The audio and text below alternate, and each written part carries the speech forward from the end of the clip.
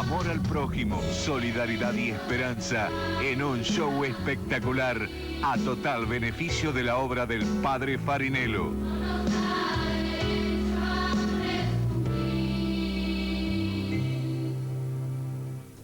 Este jueves a las 10 de la noche por Canal 7.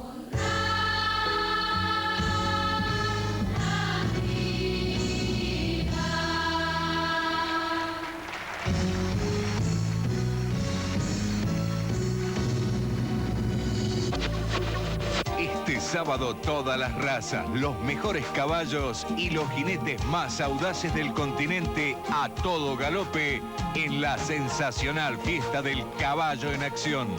Este sábado a las 9 de la noche en Fiestas Populares por Canal 7. Para emprender nuevos negocios y mejorar la producción, información, ideas y sugerencias para los pequeños y medianos empresarios. Con la conducción de Ovidio Martínez. Pymes en Acción. Los domingos a las 11 de la mañana por Canal 7. Los domingos a las 7 de la tarde, Rally TV. Toda la información nacional e internacional sobre automovilismo de alta competencia. Máxima potencia sobre todo terreno. Agua, hielo, barro, ripio. Impresionante. Agéndelo. Todos los domingos a las 7 de la tarde se sienten los motores de Rally TV en Canal 7.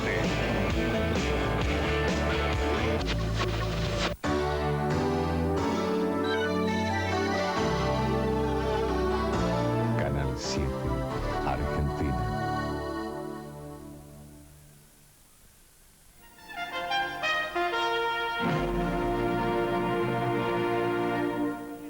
Arriba, lo tapa bien. Histórico, el seleccionado argentino de básquetbol se clasificó para la final del Campeonato Mundial al derrotar por las semifinales a Alemania por 86-80.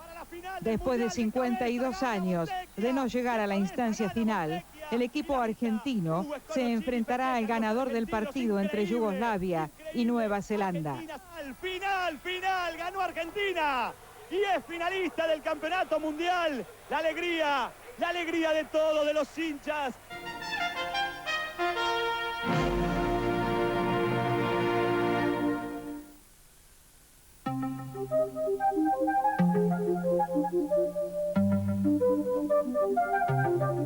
Bien, anuncié la mesa, anuncié el tema, dije Julio Cortázar. Estoy con muchos libros de los que están sentados aquí, porque son escritores, todos escritores. Así que voy a presentarlos. El tema es Julio Cortázar. Usted quédese allí, que seguro que le va a fascinar. Luisa Valenzuela, autora. Tu última novela es La Travesía, ¿no es cierto? La Travesía, que la tenemos aquí. Vamos a mostrarla, La Travesía. Y tiene un texto de Julio Cortázar. Los mejores escritores argentinos trabajan en la búsqueda y muchas veces el hallazgo de un difícil equilibrio del que siempre ha surgido la gran literatura. Luisa Valenzuela me parece un acabado ejemplo de lo que firmo. Casi nada, ¿no? Realmente. Bueno, espero seguir en eso, ¿viste? Porque eso lleva su tiempo. Mario Golubov, ¿cómo estás, Mario? También mostramos la biografía de Julio Cortázar, la única que yo conozco, pero creo que hay otra, ¿no? Único mérito por ahora. No, por favor, ¿por qué vamos a decir eso? Uno de los mosqueteros de los tres vino, que es Marcelo Birmacher. Aquí tenemos el libro. ¿Cómo te va, Marcelo? Andas un mosquetero, son tres mosqueteros, vino Marcelo. Y por aquí tenemos un libro de Diana Hecker, Los bordes de lo real, una de las pocas que se peleó con Cortázar hace muchos años.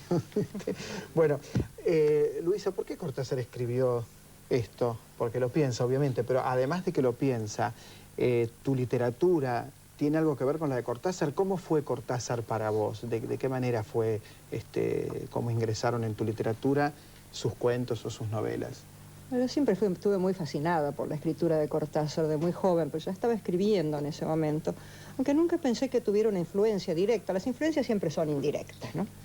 Pero es un escritor que me interesa muchísimo y en algún momento lo conocí en México y le di un libro mío muy extraño que se llama El gato eficaz.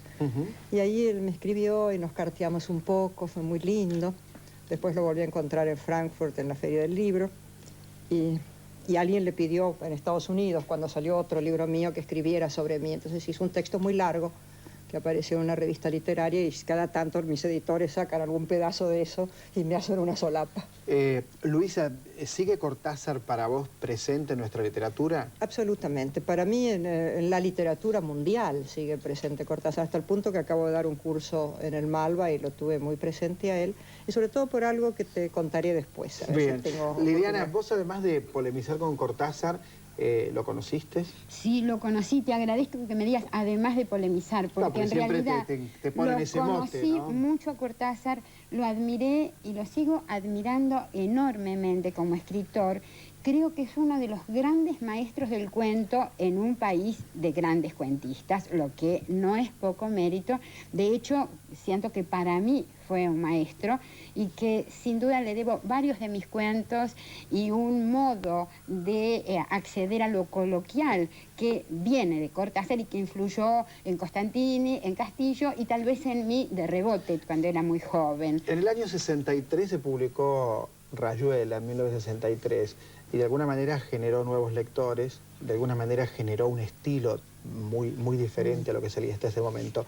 Para vos, Marcelo, que podríamos decir que escritor joven, ¿puede ser? Por ahora. Escritor, porque es feo decir escritor joven, escritor viejo, escritor joven. ¿Rayuela tuvo alguna significación? ¿Te interesó? ¿No te interesó? Yo creo que en Rayuela él sigue siendo un gran cuentista, aunque es una novela muy larga, porque son los capítulos por separado. Por ejemplo, la muerte del bebé Rocamaduro, cuando Horacio tiene que atravesar un tablón y se entera que tuvo una relación con la mujer de su amigo. Los capítulos por separado. La novela en total nunca me convenció y por momentos incluso me parece un poco snob.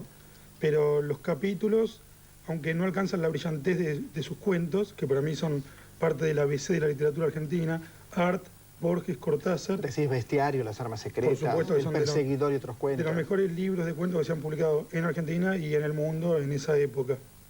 Pero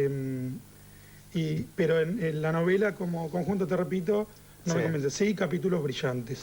Mario, ¿no? Sí. No me equivoqué, ¿no? Porque hay veces, por ahí, no sé por qué pensé en Mariano, no, Mario Golubov. Cuando te propones hacer una biografía de Cortázar, ¿por qué? Porque hacía falta, porque llegaste primero a su literatura y quisiste pensar qué relaciones había entre su literatura y su vida, bastante rica su vida también. En realidad sí, llegué primero a su literatura y después a su vida, ¿no? Y proponerme, no sé hasta qué punto me propuse. Bueno, también me lo propusieron. Y me pareció interesante, ¿no? Me pareció interesante. Se dio la circunstancia de que yo en esa época vivía también entre París y Buenos Aires y bueno, y que conocía los dos lugares a donde ¿Y lo trataste se había a Julio movido, Cortázar? y además lo traté, sí, lo traté en los últimos años de su vida en Francia, en la época en la que se hablaba de todo menos de literatura, ¿no? Sobre todo de política y del exilio y de lo que estaba pasando aquí. ¿Cuál pensás que es la marca que deja Julio Cortázar en la literatura argentina? El cuento. El cuento, la especificidad de Cortázar en el tratamiento del género fantástico. Leía, sí. Es el único que toma los contextos, como no lo toma nadie en la literatura rioplatense fantástica, sobre todo en sus contemporáneos. Leí un ensayo de Nicolás Rosa, donde habla de algunos cuentos de Cortázar y los relaciona con Edgar Allan Poe y con Henry James. ¿Qué pensás, Luisa? Bueno, fue el traductor de Poe, fue un gran admirador de Poe, que es el creador del cuento. Pero yo estoy en desacuerdo acá con la cuestión novelas versus cuentos. Yo pienso en 62 Modelo para Armar, que nadie menciona, y es una novela magnífica, muy compleja, muy rica, pero muy novela. Donde está la esencia de lo que él siempre ha buscado, que es ese ir más allá de lo que puede ser dicho, encontrar aquel puente que nos tiende hacia lo inefable, hacia la muerte. Y ahí está muy claro en 62 Modelo para Armar y curiosamente en esa novela muy anterior que él no quería publicar y que salió después de su muerte, que es El examen. El examen nos pinta una Argentina y una premonición de lo que va a venir extraordinaria. Es decir, tenemos que atender esas novelas también.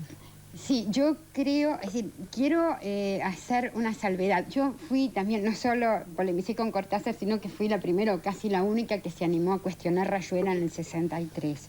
Y lo digo porque creo que siempre se fue injusto con Cortázar. Rayuela era considerada sagrada, es decir, cuestionarla, por ejemplo, yo cuestioné los capítulos prescindibles, sentí que eran realmente prescindibles y que él imponía una lectura pese a que hablaba de la libertad. Pero creo que se está cometiendo ahora otra injusticia, que es, y está poner de moda, está de moda hablar mal de Cortázar o cuestionar su literatura. Es decir, creo que no aprendemos a vivir con ciertas contradicciones. Un escritor puede ser excelente y tener algunos libros o algunas opiniones con las que no coincidimos. No, o se lo exalta desmesuradamente, sus ideas políticas son sagradas, su literatura es sagrada, todo lo que ha escrito es magnífico, o directamente se lo saca de la realidad literaria. ¿Está de moda realmente hablar mal de Cortázar, Marcelo? Y yo creo que hace varios años que está de moda hablar mal de la literatura, de un cuento bien contado, de un cuento que empieza, se desarrolla y termina a la manera tradicional, clásica, como los que escribía Cortázar a lo largo de toda su obra como cuentista. A mí uno de los que más me gusta es Deshoras. Y lo que decía Mario, yo creo que Cortázar también recupera a Kafka en cuanto a tomar el contexto, porque es uno de los pocos escritores rioplatenses, nuevamente, que sabe contar lo extraordinario con el tono de lo cotidiano, como hace Kafka en La Metamorfosis. Y él lo... Claro, él parte de lo cotidiano y de pronto, por ejemplo, me acuerdo de un clásico, ¿no?, de Casa Tomada. Comienza siendo un cuento totalmente realista, y fíjate dónde termina, o el de los conejitos, ¿no es cierto? Carta una señorita en París. Carta una señorita en París. Y hay un cuento que es notable, es decir, que se llama Segunda Vez y que es fantástico, y en el que, sin embargo, uno siente que eso viene de la cuestión de los desaparecidos. Cuenta un cuento fantástico en que simplemente hay un muchacho que va a una sala de espera y, sin embargo, uno siente que, es decir, mucho más que ciertos libros que se propusieron ser testimoniales, dar testimonio del horror de que alguien que existía haya desaparecido de la realidad. Es decir, esa es la maestría de Cortázar. Estamos conversando sobre Julio Cortázar, vamos a seguir hablando de él. Nos preguntamos seriamente por qué hoy, si es verdad esto que digo, no ocupa el lugar central en nuestra literatura que, en mi opinión, merece. En instantes volvemos.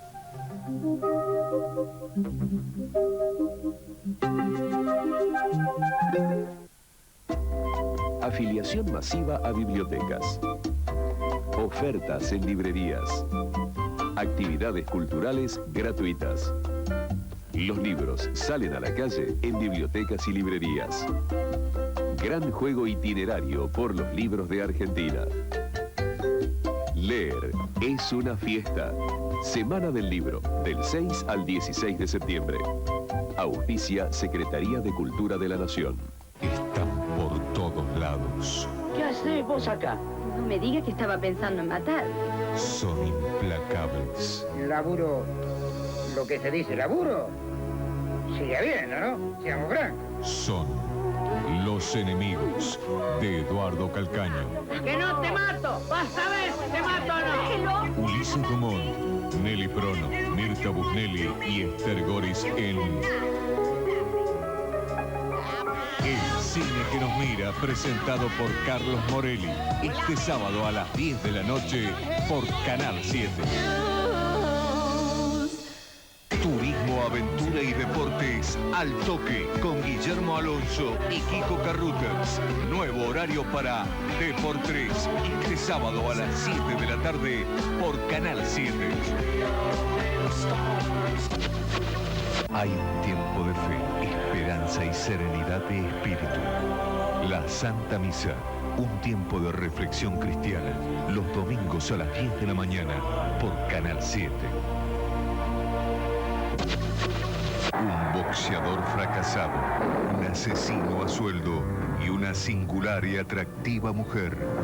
I was born in Chicago, prettiest baby on the South Side. I'll be 32 next April. I'm a medium rare steak type. About you, tell me enough that I can find out as we go along.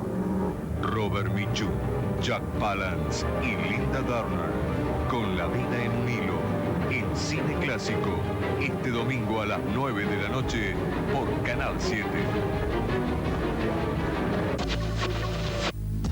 Este lunes a partir de las 7 de la mañana estaremos haciendo desayuno con toda la información nacional e internacional, Gabriela con el tiempo, todos los servicios, los goles del torneo de apertura, las finales de básquetbol y de tenis. Sergio Massa, director del ANSES, estará con nosotros. Y además, Pablo... En la semana del primer aniversario de los ataques del 11 de septiembre, un informe especial desde Nueva York. Este lunes a partir de las 7, desayuno, más que noticias.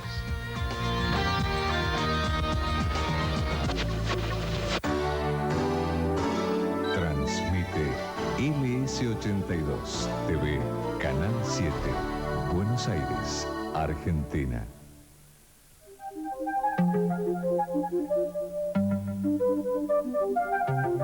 Bien, estamos hablando de Julio Cortázar.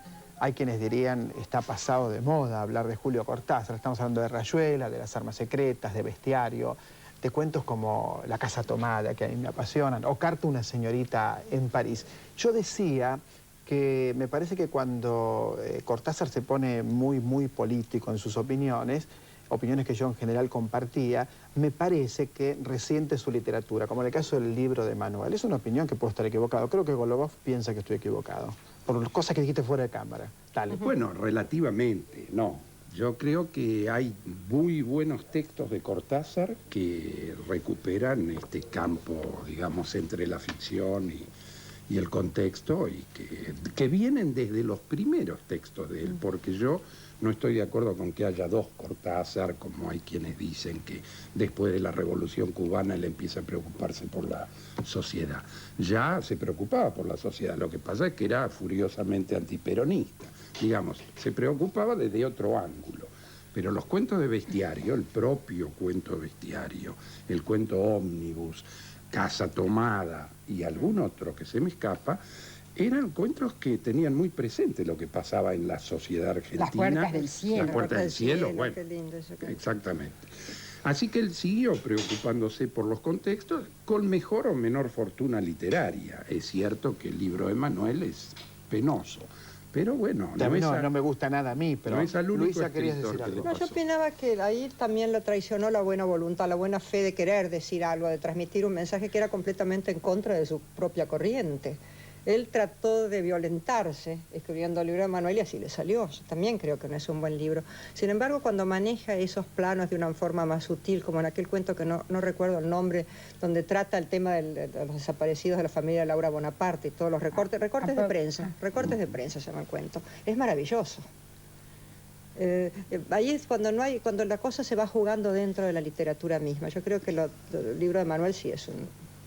Sí, yo creo que con el libro de Manuel, Cortázar lo que trató es de realizar un acto político. En los años 70 se lo cuestionaba desde la izquierda y desde el peronismo de izquierda, se le cuestionaba su vivir en París. Y yo creo que a Cortázar, como a casi todo el mundo, no le gustaba que no lo quisieran. Y creo que dio ese libro, de hecho lo dio porque se dio los derechos de ese libro a la CGT de los Argentinos, de Ongaro, y vino a Argentina a presentarlo. Creo que le importaba mucho. Tal vez tenía que ver con la vanidad, porque ¿por qué no iba a ser vanidoso Cortázar? ¿Por qué vamos a pensar? Era un gran tipo, era un gran escritor y le gustaba demasiado que lo quisieran y no le gustaba que lo cuestionasen. Y yo creo que el libro de Manuel viene de esa necesidad de decir, ven, estoy con ustedes. Y de hecho fue en ese momento, porque hay que ponerlo en el contexto, fue de cualquier manera un golpe para cierta burguesía que se lo quería apropiar porque él venía de sur, etcétera. Es decir, tuvo una función y no quedó como literatura. Pero además tiene cosas logradas dentro de todo el libro de Manuel. Es un mal libro para un gran escritor. El que te dije es un personaje muy lindo. Cuando van haciendo ese trabajo con las letras más grandes y los distritos, la cosa que se va pensando, todos esos niveles así de la reflexión. Hay un personaje que se llama Francine, que es muy lindo. Hay un personaje personaje que me acuerdo que era, es decir, digamos, practicaba el onanismo, pero la parte de cuando miran crecer las claro, es decir, que se filtra el gran, que sale, se filtra un Cortázar notable, incluso el libro de Manuel, que no es una buena novela. Yo no estoy de acuerdo con Liliana que lo hace por vanidad. Yo creo que también era un hombre profundamente generoso. Él también quiso hacer un acto de generosidad. Yo creo ahí, bueno, esas no son cuestiones que muevan la literatura. ¿Era muy generoso, Mario? Yo creo que sí, era enormemente generoso. Mira, yo he encontrado cartas de él dirigidas a personas desconocidas que habían pedido su ayuda, digamos, moral, cartas, pero no de compromiso, cartas de 2 páginas, hablándole a un psiquiatra de La Plata de una paciente de este hombre que había llegado a él, etc. He encontrado rasgos de él impresionantes. Marcelo Birmacher, ¿por dónde ingresaste a Cortázar? Yo comencé por Todos los fuegos el fuego. Y ahora me gustaría recordar El índice. ¿Eras chico? Sí, yo debía tener entre 14 y 15 años. Una tapa roja. Con sí, tapa roja, letras blancas. Con una casa... Con la Galería Güemes de un lado y la Vivian del otro. Y había muchos cuentos fantásticos. A ver, La Baba del Diablo. La Baba del Diablo, que después se hizo con ese cuento. No, Las Babas del Diablo, perdón, pero están Las Armas Secretas. Todos los fuegos el fuego. Sí, pero con La Baba del Diablo se hizo la película. Ahí está La Autopista del Sur. Perdón. Autopista del Sur. Con La Baba del Diablo se hizo la película Blowout. Sí, sí. Que la tomaron Antonioni y luego De Palma. Sí, pero que no tiene nada que ver con el cuento, ¿no? De alguna manera. Alguna relación tenía. Pero entré por Todos los fuegos el fuego. Que ahora no recuerdo el índice. Después seguí con Bestiario, Las Armas Secretas, me deslumbré con El Perseguidor, que con el tiempo me fue pareciendo no tan bueno como los cuentos fantásticos cerrados armónicamente y sorpresivamente, y me terminó de cautivar totalmente con el libro de Soras, que si no me equivoco es un libro de los años 80, en donde para mí retoma lo mejor de Poe. Ahí está el cuento Satarsa de las ratas, a él le gustaban mucho los anagramas.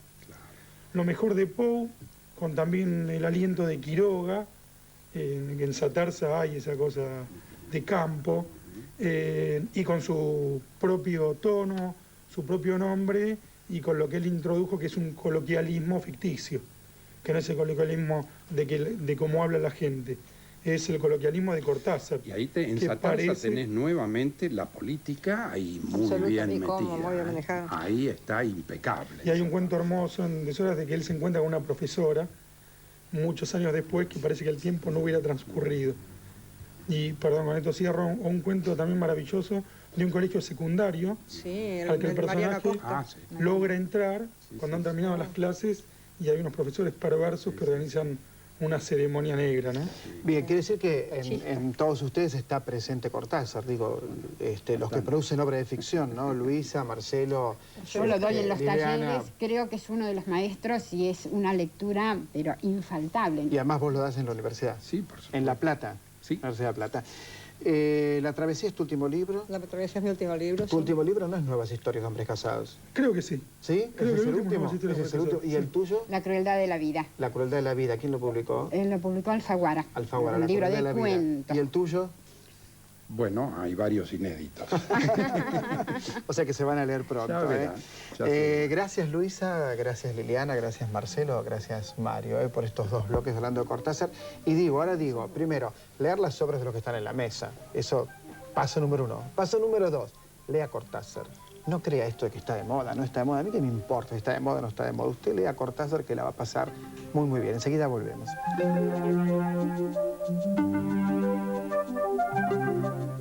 ¿Qué más podés pedir? ¡Todo por 2 pesos! ¡Cultura! ¡Soy un cisne! ¡Acción! Entonces enfrentate a Tatú. Yo no le tengo miedo a esos dientes de lata. Terapia. ¿Cómo te sentís? Mejor, ¿ya pasó? Todo por 2 pesos. Con Mario y Marcelo, este lunes a las 11 de la noche por Canal 7. Confesiones, un espacio para la unión y la disidencia, para el pensamiento, la polémica y la actualidad, con Guillermo Marconi y Guillermo Marcó. Confesiones, este sábado a la medianoche por Canal 7. Sin estribos, exclusivo, lo nuevo de Tomás Lipán. Van 3 noches bailando, la laca ya está marchita, si no marchan a las viejas, nos quedamos sin chinitas. Emiliano Cervini, el dúo Coplanacu y los Nocheros en el Colón junto a la Orquesta Sinfónica de Salta. Sin estribos, con María de las Raíces, este domingo a las 2 de la tarde por Canal 7.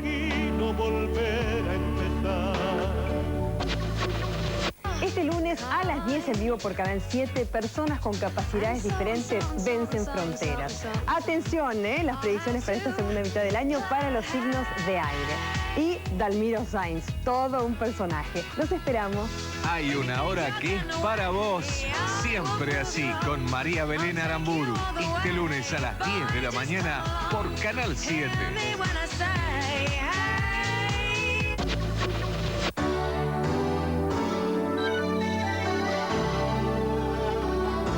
Canal 7, Argentina.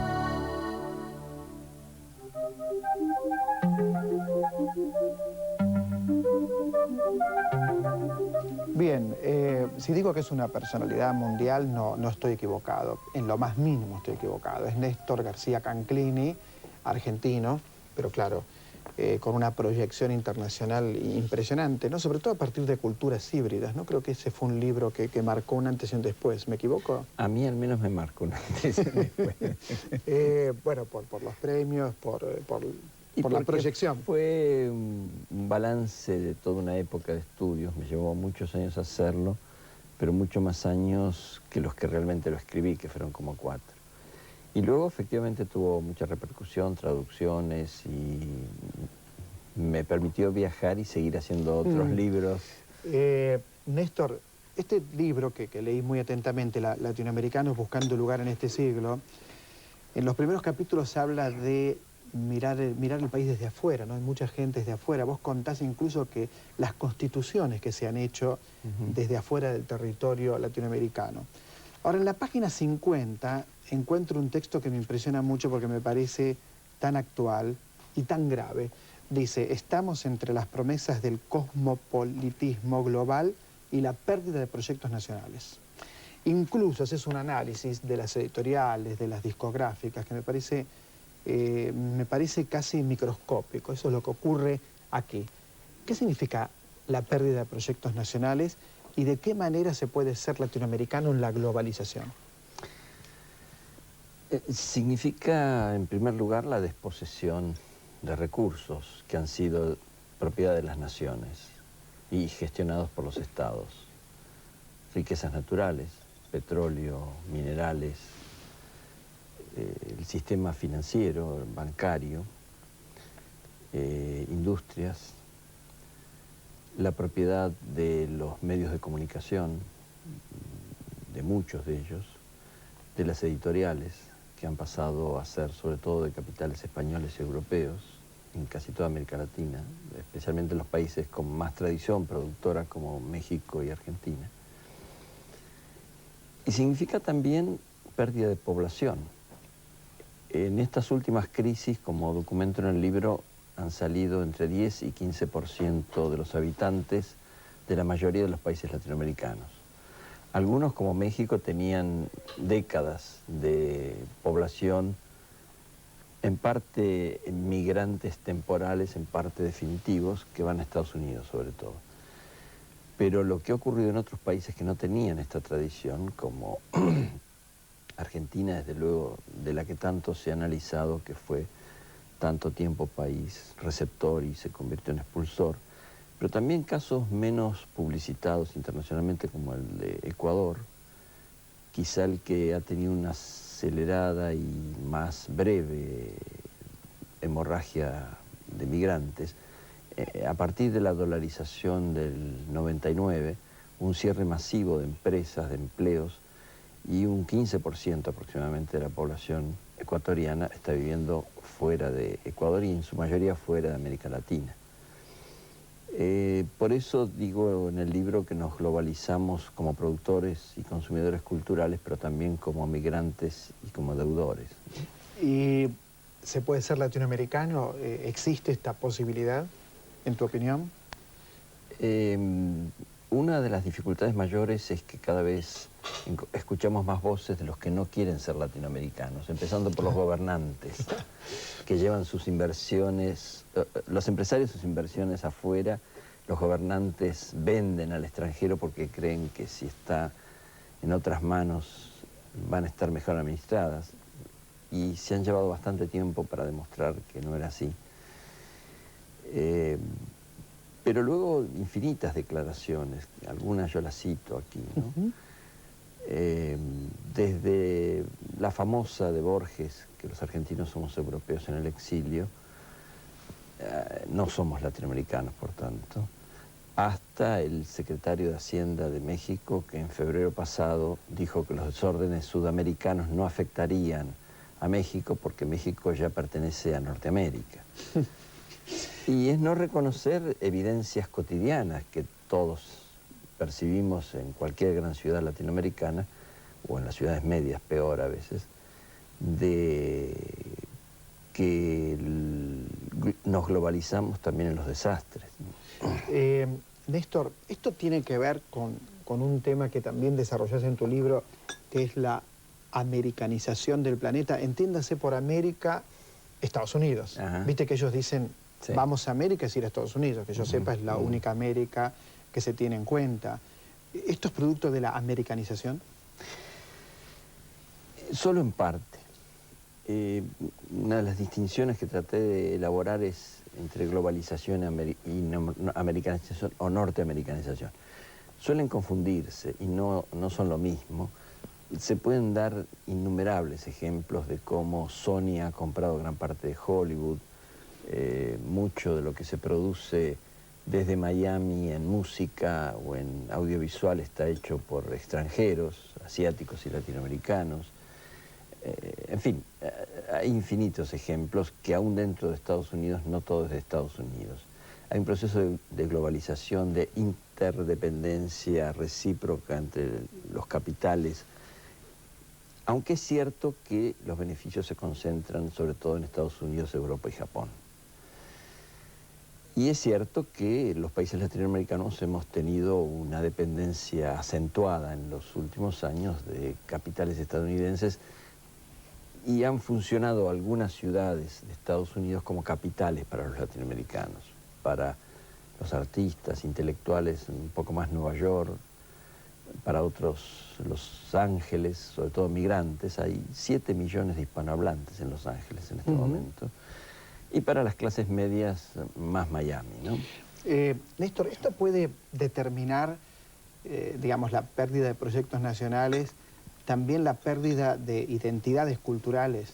¿A alguien le importa la identidad cultural de cada nación?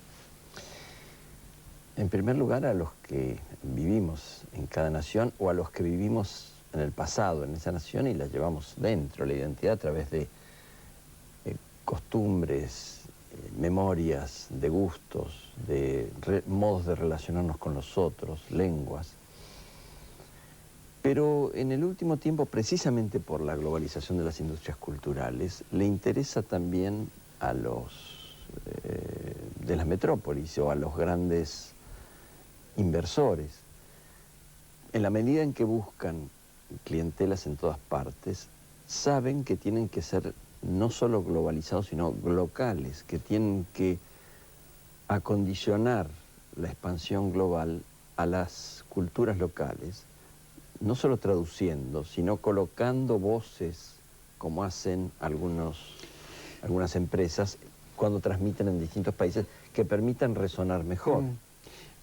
Porque vos fíjate, yo te hablo de un tema que conozco, el tema del cine, ¿no? En la Argentina, por ejemplo, el cine norteamericano tiene mucho más público que el buen cine argentino. El buen cine argentino es el cine independiente en general, ¿no? Es muy difícil ir contra eso. porque no se puede exigir que el cine independiente tenga la misma repercusión que el americano. Ahora, si esto ocurre con la música y con cualquier otra disciplina, evidentemente las identidades culturales nacionales van cada vez más en retroceso. ¿Sabés que algo interesante es que no ocurre lo mismo en los distintos mercados culturales? Lo que decís del cine es así, y no solo en la Argentina, sino en todos lados. Salvo en Francia, que en los 2 últimos años han logrado que creciera hasta un 42% el año pasado el público de cine francés y europeo. Pero en general, es un lugar común, cualquier cineasta lo sabe, la recuperación de una película no se puede lograr nunca dentro del propio país. Hay que exportar, hay que coproducir. Pero no es lo mismo lo que ocurre con la música. En todos los países latinoamericanos, más del 50% de las ventas de discos y videos y de la escucha radial y televisiva de música es en español y en su mayoría del propio país. Esto es interesante en términos de política cultural porque muchos sostenemos que habría que volver a un sistema moderado de protección de la producción cinematográfica endógena, colocando cuotas. En México se ha hablado últimamente del 10%, aquí se ha intentado hacer algo con la ley de cine que todavía está trastabillando. Pero en el caso de la música no es necesario, porque ya los propios hábitos de la población van en la dirección de escuchar preferentemente música nacional. Otro caso es el de la literatura, que habría que analizarlo específicamente, que tiene otra dinámica. De manera que es importante hacer estas distinciones. No todas las artes y los recursos culturales se globalizan o se localizan del mismo modo. Para sintetizar este libro, porque seguramente usted todavía no lo leyó, yo espero que lo haga, sinceramente espero que lo haga, ¿cómo buscamos lugar los latinoamericanos en este siglo? Estoy parafraseando el título. Sí, ¿Cómo buscamos lugar? ¿Cómo construimos los latinoamericanos? Es distinto, efectivamente, de cómo buscamos, porque a veces buscamos obligados, como migrantes, como deudores, claro, y a veces podemos construirlo. A mí me parece, y es una de las apuestas en la parte de propuestas del libro, que nuestra extraordinaria producción cultural, que ha fascinado a muchos mercados internacionales, sobre todo a través de la música, las telenovelas y algunas películas en los últimos años, da recursos para una reactivación económica y cultural, y para situarnos de mejor manera en el mundo. Y cuando digo económica, estoy pensando en algo que hoy es un lugar común en los estudios de economía de la cultura. La producción industrial de cultura genera empleos, atrae inversiones, fomenta la expansión de otros campos de la vida social, como el turismo. Me parece que tenemos todo para hacer esto. Digamos que, por ejemplo, en la Argentina tu idea parece es un poco esperanzadora, ¿no? Sí. Vos llegás a un país devastado, bastante devastado, ¿tenés una idea más o menos esperanzadora por esto último que decís? Sí, es más, lo diría de un modo bastante tajante. En estos días se está volviendo evidente algo que hace años que a algunos economistas les resultaba claro. Y vamos a perder en la negociación con el fondo, y además es una negociación solo para pagarle al fondo. Es un asiento contable. Exacto.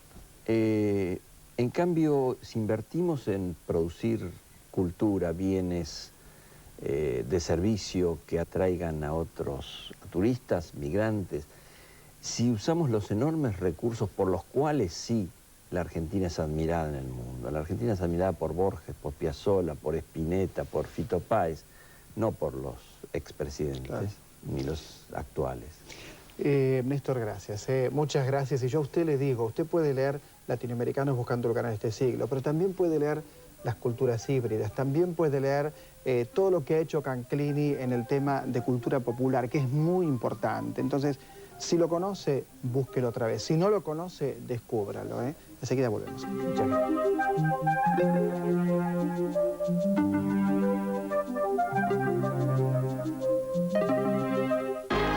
Premios Cóndor de Plata 2001 en vivo este martes a las 10 de la noche por Canal 7.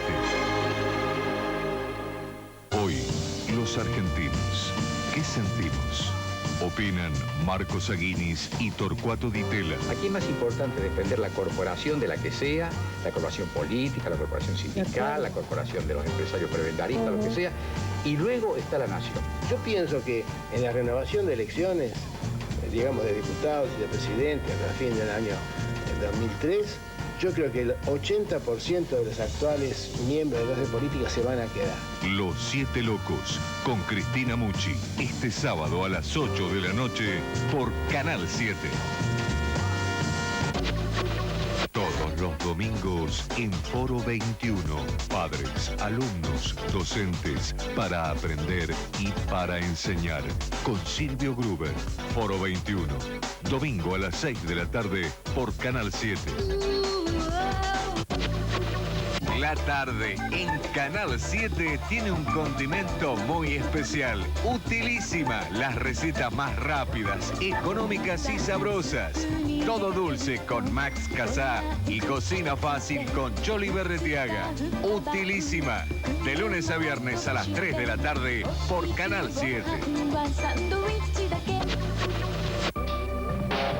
Te vas a sorprender, ya llega D×3.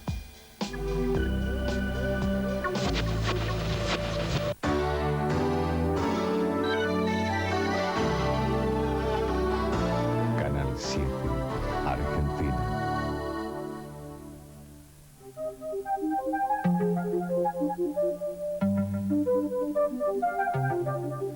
Ver a Al Pacino actuar siempre es una fiesta, siempre es una fiesta. Ahora, dirigido por Christopher Nolan, que es el mismo que hizo Memento, una película del cine independiente, es una doble fiesta.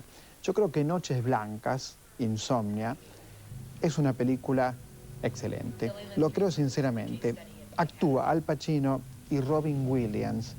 El espléndido paisaje de Alaska que inaugura la película, las interminables noches del verano ártico, y dos detectives enviados desde Los Ángeles tienen que desentrañar el caso de una adolescente que apareció muerta y cuyo cadáver fue prolijamente preparado para que no queden huellas de quién fue el asesino.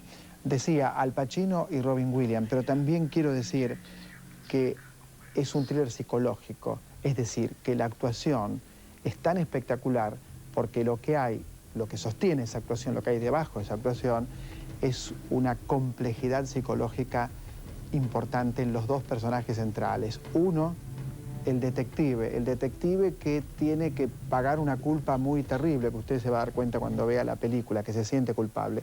Y el otro, el papel de Robin Williams, el escritor solitario, sospechoso del asesinato. El enfrentamiento es terrible, pero para mí lo más importante de la película es la estética del film, cómo está contado, cómo está narrado, el estilo y las actuaciones. Recuerden, Noches Blancas, se acabó el programa. Un abrazo, nos reencontramos el próximo sábado aquí en Canal 7 a las 5 de la tarde.